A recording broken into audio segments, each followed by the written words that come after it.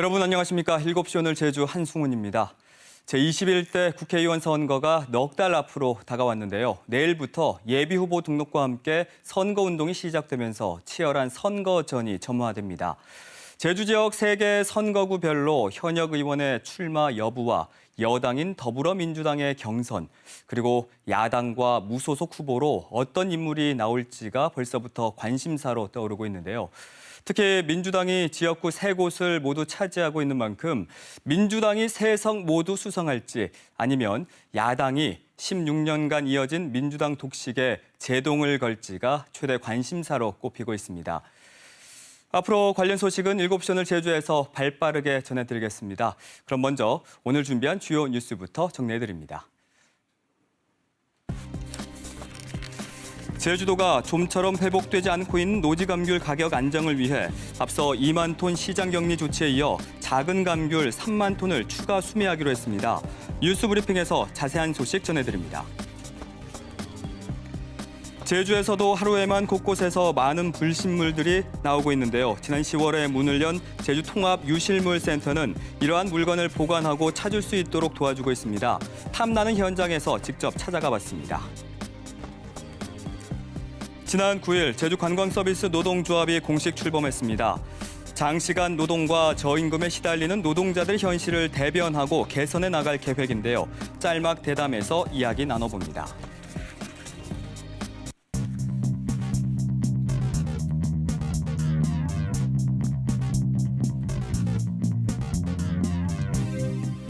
오늘 하루 뉴스를 정리해드리는 뉴스 브리핑 순서입니다. 먼저 SNS에서 큰 관심을 받고 있는 영상부터 만나보시죠.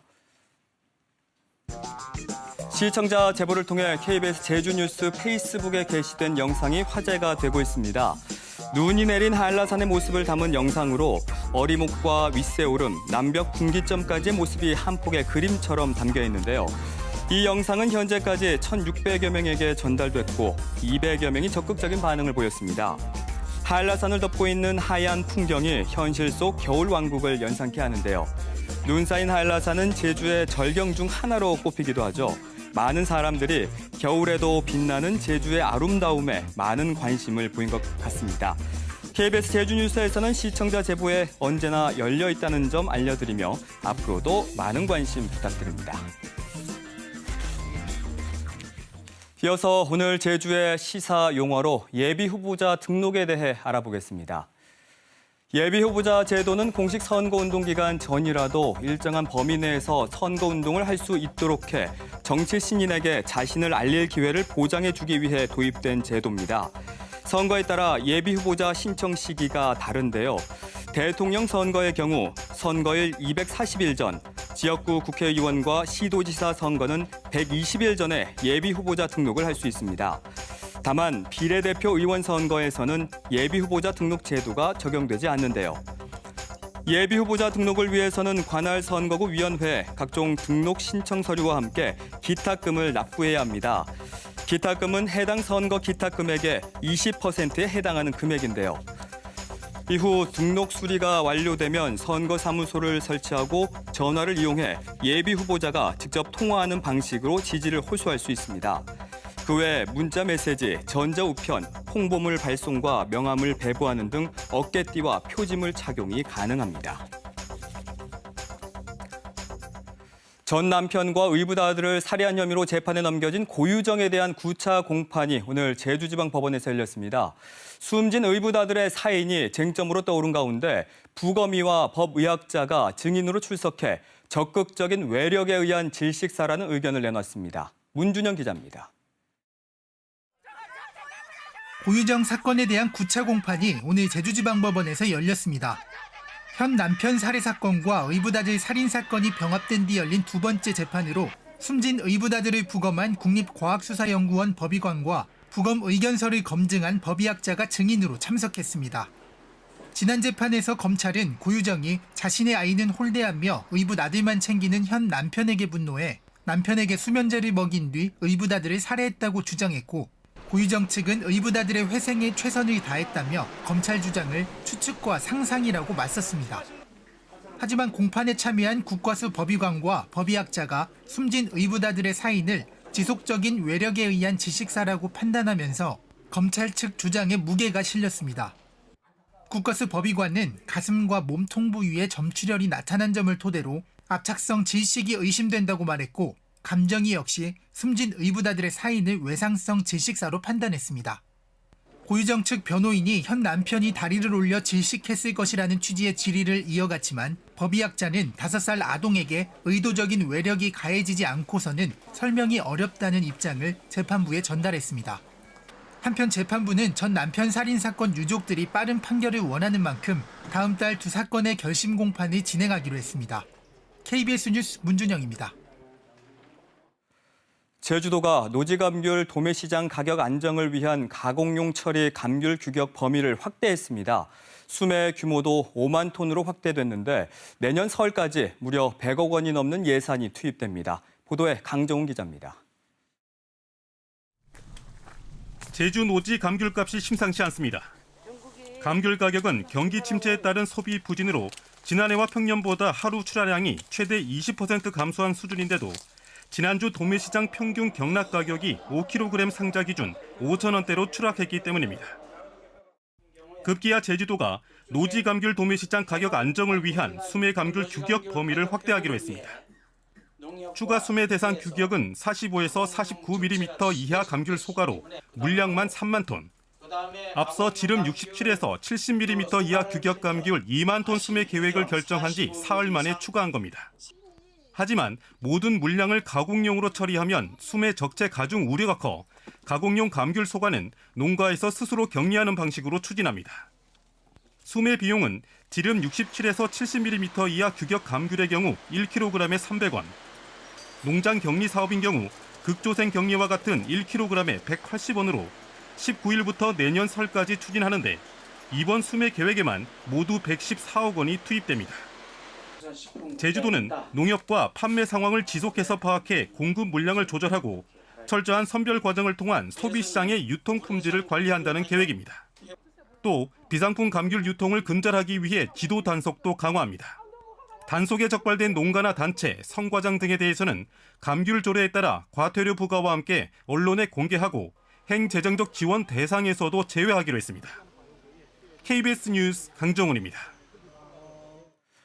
내년 4월에 치러질 제21대 국회의원 선거 예비 후보자 등록이 내일부터 시작됩니다. 예비 후보로 등록하기 위해서는 담당 선관위에 가족 증명서 등 관련 서류를 제출하고 300만 원을 기탁해야 합니다. 한편 도의원 재보궐선거 예비 후보자 등록은 다음 달 3일부터 할 수 있습니다. 제주도의회 4.3 특별위원회가 제주 4.3 특별법 진상규명과 희생자 명예회복에 관한 특별법의 국회 통과 20주년을 맞아 현재 국회에 계류 중인 특별법 개정안에 조속한 처리를 촉구했습니다. 4.3 특위는 성명에서 대통령과 국무총리, 여당 대표와 야당 원내대표가 4.3 특별법 개정을 약속했다며 내년 5월 말까지 특별법 개정안이 국회 본회의를 통과하지 못하면 자동 폐기된다며 정치권에서 특별법 개정에 나서라고 요구했습니다. 오리온이 내일쯤 제주도에 제주용암수 사업 계획서를 제출할 것으로 알려지며 국내 판매에 대한 입장 변화가 있을지 관심이 쏠립니다. 제주도는 최근 오리온에서 내일쯤 사업 계획서를 제출하겠다고 전해왔다며 다만 사업 계획서에 용암수의 국내 시판 여부 등 어떤 내용이 담길지는 알려지지 않았다고 설명했습니다. 제주도는 앞서 오리온에서 용암수 국내 판매를 강행하면 물 공급을 중단하겠다는 입장을 밝혀왔습니다. 중환자실 병상 부족으로 구급차로 다른 병원으로 이송되다가 교통사고를 당한 60대 남성이 숨졌습니다. A씨는 지난 12일 새벽 수면제 복용 뒤 의식을 회복하지 못해 119 구급차로 제주대 병원으로 이송됐지만 병상이 없어 다른 병원으로 옮기다 구급차와 승용차가 충돌하면서 크게 다쳐 치료를 받아왔습니다. 경찰은 구급대원 진술 등을 바탕으로 정확한 사고 경위를 조사하고 있습니다. 제주도는 최근 제주 인근 해역에서 1톤이 넘는 어린 참조개를 잡은 전남 지역 선적 26톤급 어선 선장 56살 A모 씨를 수산자원관리법 위반 혐의로 적발했습니다.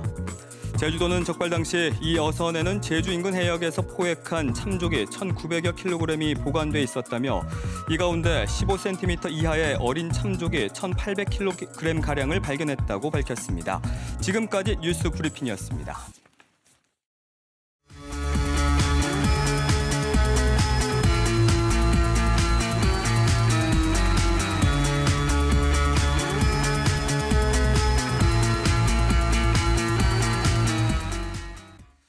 소중한 휴대전화나 지갑 같은 물건을 흘리거나 잃어버리신 경험 있으시죠?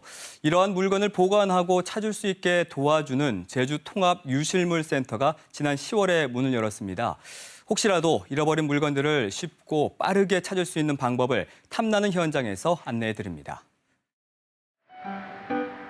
도내에서 발견된 유실물을 체계적으로 관리하는 제주 통합 유실물 센터가 지난 10월 문을 열었습니다. 센터에서는 물품 인수를 비롯해 보관과 반환 등 다양한 업무를 처리하고 있습니다. 안녕하십니까. 제주도 내 각 지구대 파출소에서 이제 수동물 신고가 들어오면요, 현장 경찰관에 가서 이 수동물을 가지고 와가지고 이제 매일매일 유실물 센터에 이관하고 있습니다. 주로 신고 들어오는 거 보면 지갑하고 그다음에 핸드폰이 많습니다. 뭐 특이한 경우로는 저 현금이나 기금속 팔찌 같은 것도 들어오는 거 있습니다. 하루 평균 접수 건수는 100여 건. 도민뿐 아니라 관광객이 물건을 잃어버린 경우도 많습니다. 주소지를 보낼 물건, 등기를 보낼 건지 아니면 카드사를 추적할 건지 아니면 추적 단서가 없는지 이렇게 좀 분리하고 있습니다. 보통 하루에 100건 정도 접수가 되고 저희가 반환하는 게 거의 60, 70건 정도 됩니다. 지갑에 신분증이 없을 땐 카드 번호를 줘야 하는데요. 저희 유실물로 그 파우치가 들어왔는데 그 안에 국민카드 있어서 중개 요청 좀 부탁드리려고 전화드렸습니다. 예, 5409. 저희가 분실품에 그 주소지 확인할 수 있는 단서가 있으면 최대한 주소지로 등기를 보내드리고요.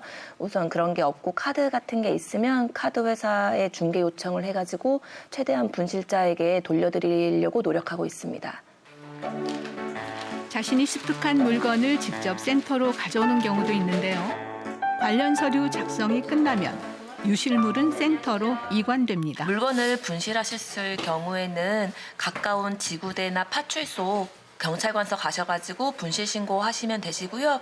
아니면 그 방문이 어려울 경우에는 로스트 112 사이트 PC상으로 접속하셔가지고 그 분실 신고하시면 되십니다. 로스트 112는 경찰청 유실물 종합관리 시스템으로 잃어버린 물건뿐 아니라 습득 물품도 신고할 수 있는데요.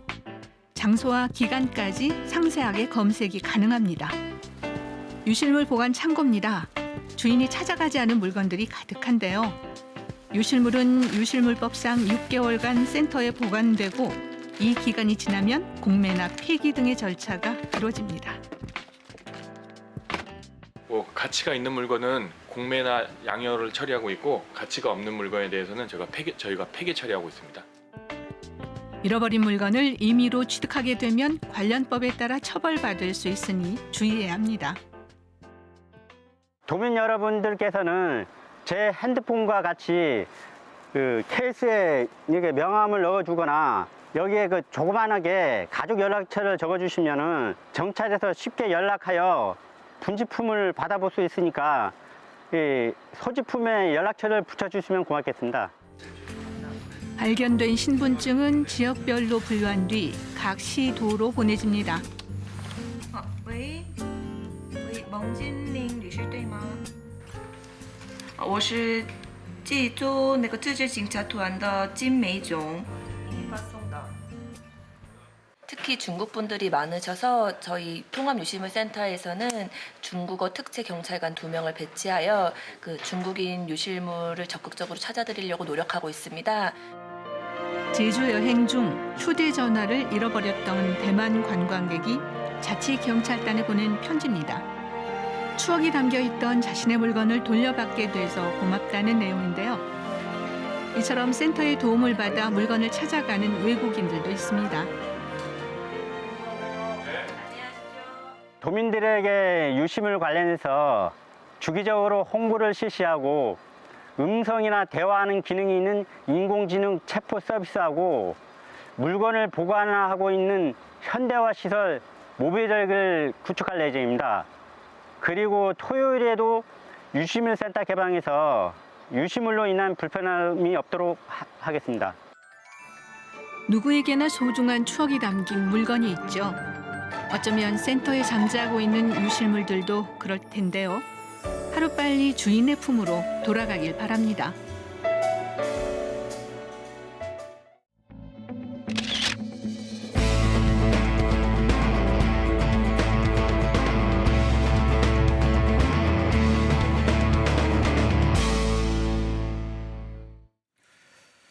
제주는 한 해 1,500만 명의 내외국인이 찾아오는 글로벌 관광지로 성장했죠. 하지만 그 성장의 그늘에는 비정규직과 장시간 노동, 저임금 등 해결해야 할 문제가 산적해 있는데요.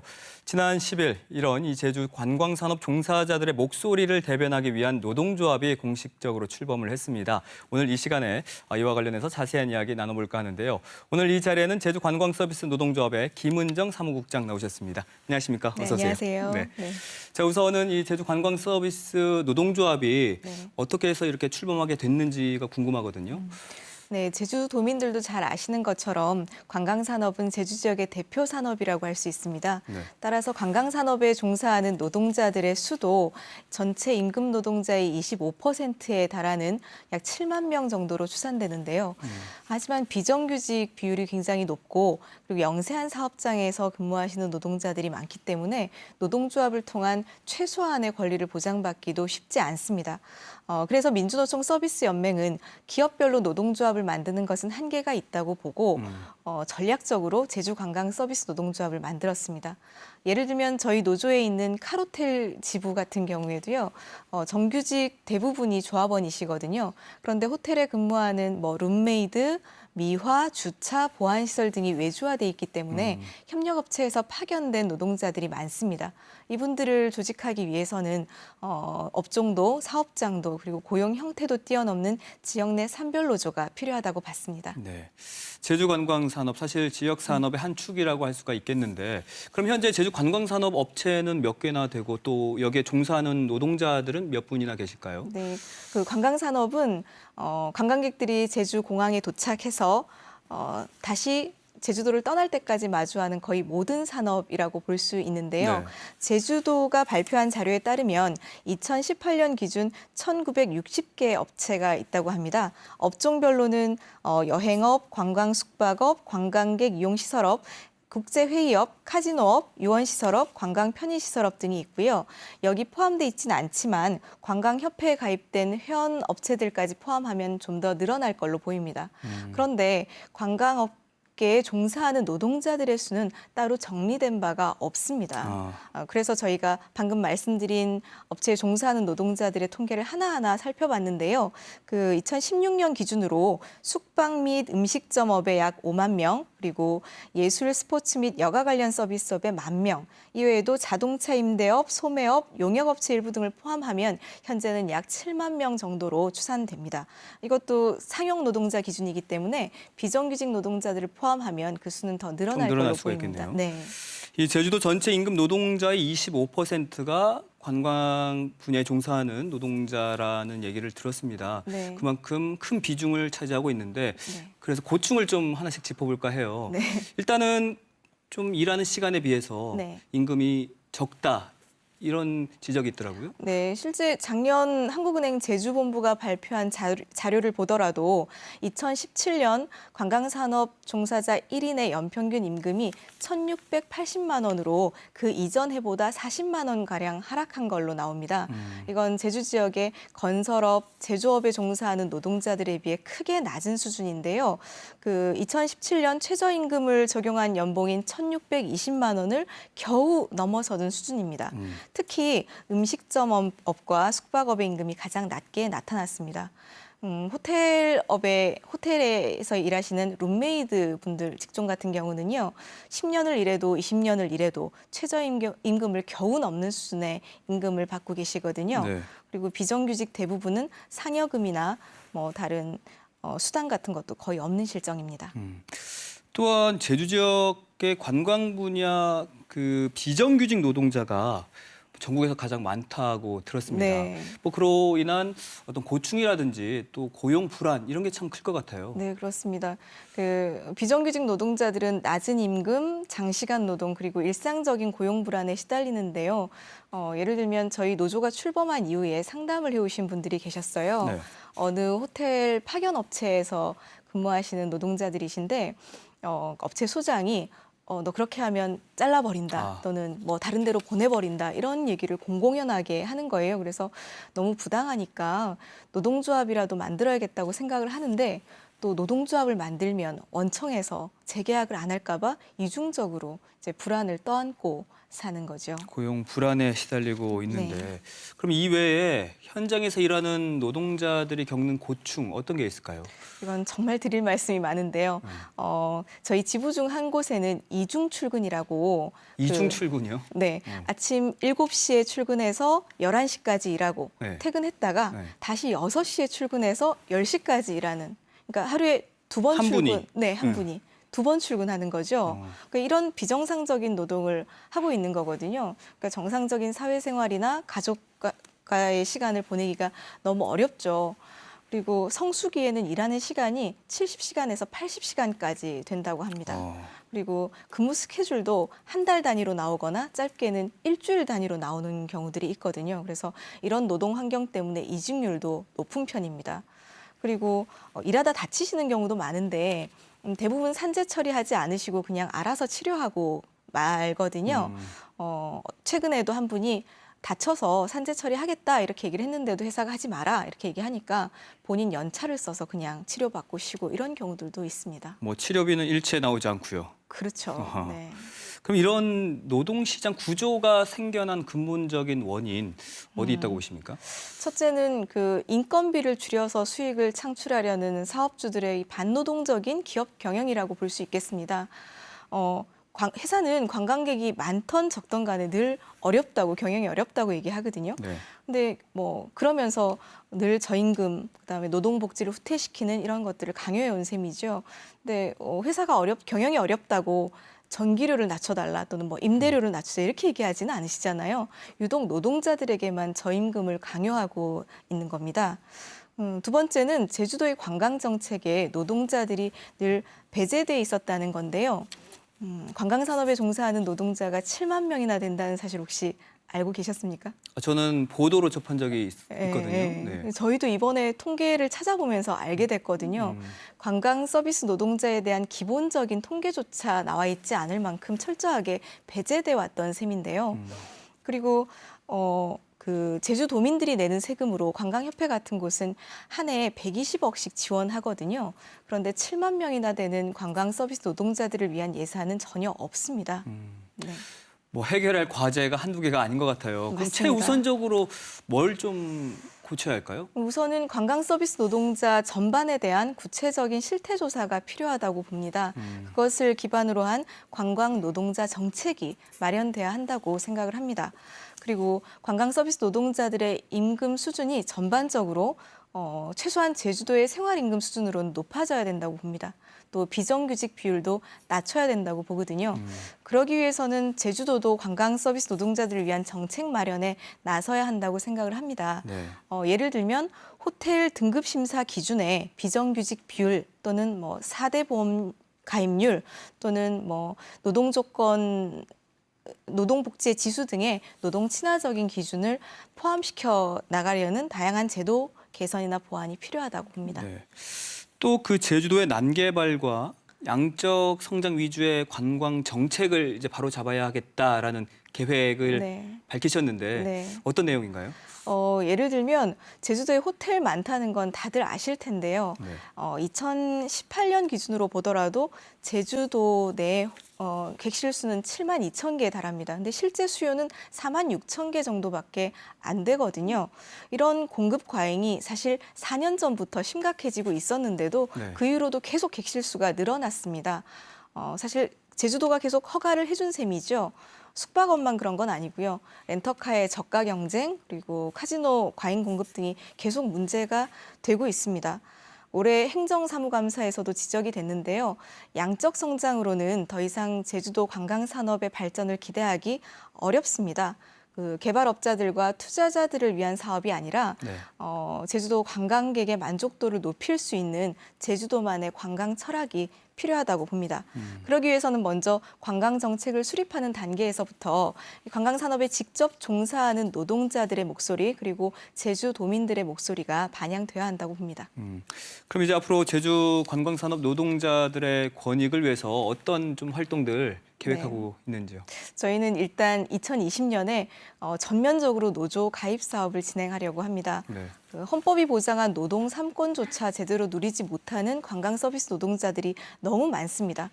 저희한테 상담 오시는 분들 얘기를 들어보면 정말 기가 막힐 정도거든요. 그런 관광 서비스 노동자들을 위한 울타리가 되겠습니다.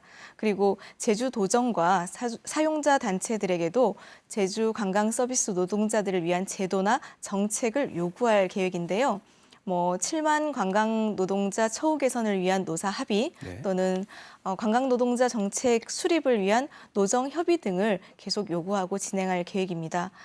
예를 들면 제주도정과 합의를 통해서 그 감정 노동자 지원센터라던가 네. 또는 관광 노동자들의 재취업, 교육, 알선 이런 지원을 하는 센터라던가 또는 비정규직을 정규직화하는 데 드는 기금을 조성하는 것 등의 다양한 활동들을 제안하고 추진하려고 합니다. 네, 많은 네. 활동들 지금 네. 계획하고 계신데 네. 관광 분야에 종사하는 노동자들이 정말 네. 더 나은 환경에서 정말 네. 정당한 대우를 받으면서 일할 수 있도록 네. 좀 더 힘써주시기 바라겠습니다. 네, 고맙습니다. 네, 오늘 말씀 고맙습니다. 네, 감사합니다.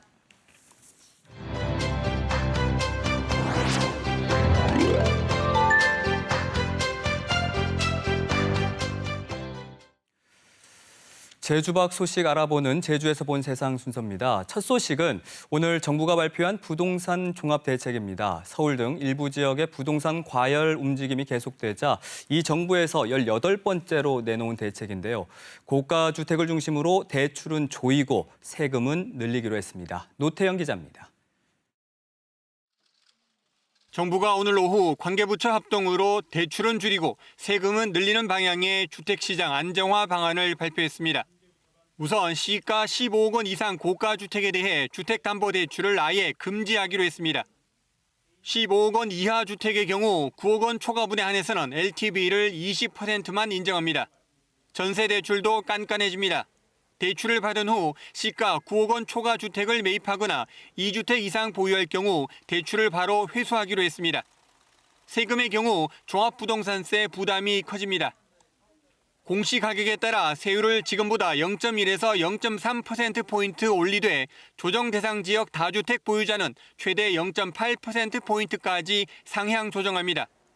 조정 대상 지역 2주택자의 세부담 상한도 200%에서 300%로 높입니다.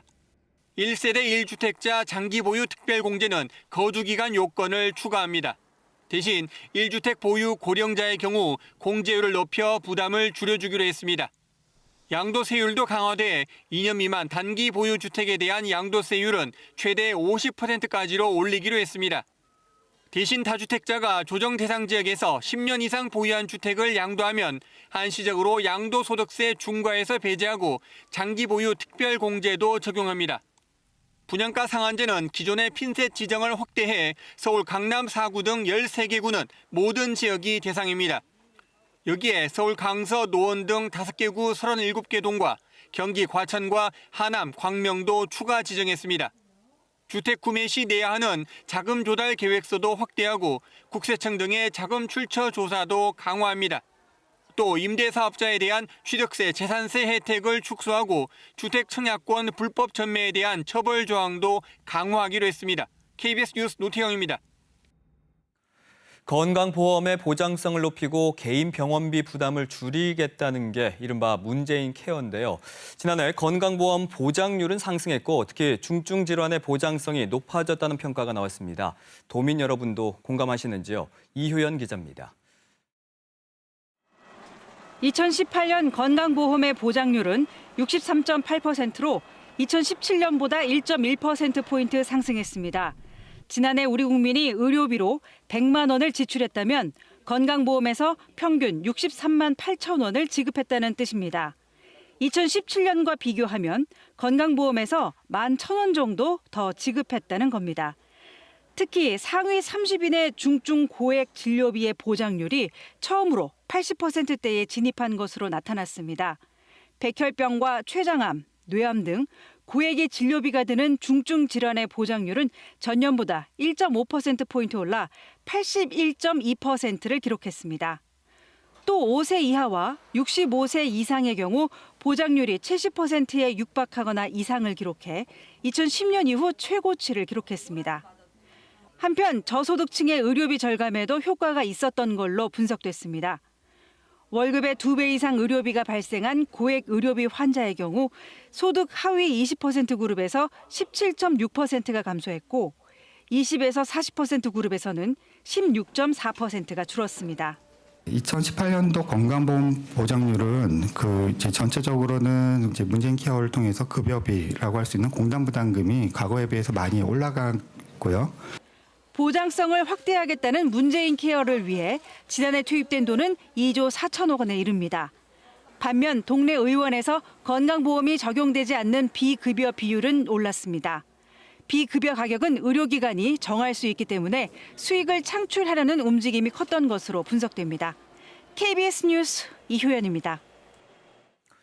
북적대는 관광지나 맛집을 찾아다니는 대신 요즘은 편하게 쉬면서 건강까지 돌보는 휴가를 원하는 사람들이 많습니다. 이른바 웰니스 관광인데요. 김세희 기자가 취재했습니다. 자, 10초. 무릎을 더 바깥으로, 뒤로 밀어내세요. 나이도 국적도 다른 사람들이 넉넉한 단체복 차림으로 한데 모여 앉았습니다. 익숙하지 않은 동작에 진땀을 빼면서 함께 웃음꽃을 피우고 천천히 하나하나 따라하다 보면 어느새 뭉쳤던 근육은 물론 마음까지 스르르 풀어집니다. 40대 직장인인 박선희 씨는 3대가 함께 이곳을 찾았습니다. 유명 관광지를 돌아다니는 대신 가족끼리 편안히 쉬며 건강까지 챙길 수 있는 여행을 택한 겁니다. 각자의 생활에서 좀 소통하는 시간 갖고 자연과 함께 하고 또 건강도 챙기고 평소에 하지 못했던 다양한 이야기를 나눌 수 있을 것 같아서 좋아요.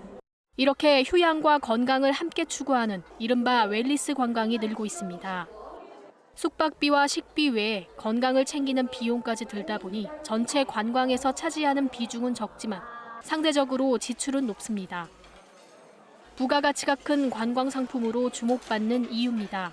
세계적으로 한 5천조 정도의 규모를 가지고 있고 특히 이제 웰니스 관광 분야는 그중에서 15%인 약 750조 정도의 그 산업 규모를. 마음의 휴식은 물론 건강까지 돌아보게 만드는 여행 상품이 국내 관광 활성화에도 기여할 것으로 기대됩니다. KBS 뉴스 김세희입니다. 내년부터 제주에서도 일부 읍면동장 주민추천제가 실시되는데요. 경남 고성군에서는 읍장을 주민들이 직접 뽑는 제도가 도입됐습니다. 군수가 임명하던 공무원 인사권을 주민에게 양보한 겁니다. 천연수 기자입니다. 고성군의 고성읍장 후보 6명이 단상에 올랐습니다. 추첨에 따라 주민들의 질문을 받고 답변합니다. 주민 불편 해소와 지역 발전 방안이 주 내용입니다. 후보들은 각자 10분씩 정견 발표 시간도 주어졌습니다. 영상 자료를 동원하고 다른 시도의 사례까지 연구하며 읍장으로서 포부를 밝힙니다. 주차, 주거, 노인 문제 등 읍장으로서 할 수 있는 생활 속 행정 아이디어를 내놓았습니다. 국민을 위하고 열심히 할 수 있는 분, 그런 분을 뽑아야 좋겠습니까? 고성읍은 고성군 인구 5만 2천 명의 절반이 살고 있어 그동안 읍장은 군수가 신임하는 공무원을 임명해왔습니다. 새 업장은 6급 공무원들이 도전해 5급 사무관으로 승진하는 특전이 주어집니다. 군수가 주민 뜻을 존중하기 위해 인사권을 양보한 것입니다. 다수의 국민들이 직접 참여하고 업장도 선출하고 정책도 결정하는 것, 이것을 행정이 도와주는 것이 올바른 지방자치다. 업장을 직접 뽑는 투표인단 200명에는 1950명이 몰려 추첨까지 했습니다. 모바일로 투표해 현장에서 곧바로 공개된 업장은 50대 여성 공무원이 1순위입니다. 공모제가 정말 너무 힘들었습니다. 처음에 이렇게 시작되는 줄 모르고 시작했다가 이를 계기로 또 공무원들이 또 한뼘 더 성장할 수 있다고 생각합니다. 고성군 인사위원회 절차만 남겨둔 경남 첫 주민선출 고성업장은 내년 1월 1일 2년 임기를 시작합니다. KBS 뉴스 전현수입니다.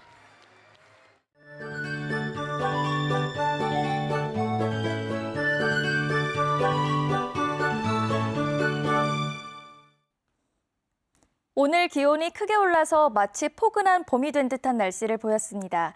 내일은 비 소식이 있는데요. 종일 비가 오겠지만 기온은 더 오르겠습니다.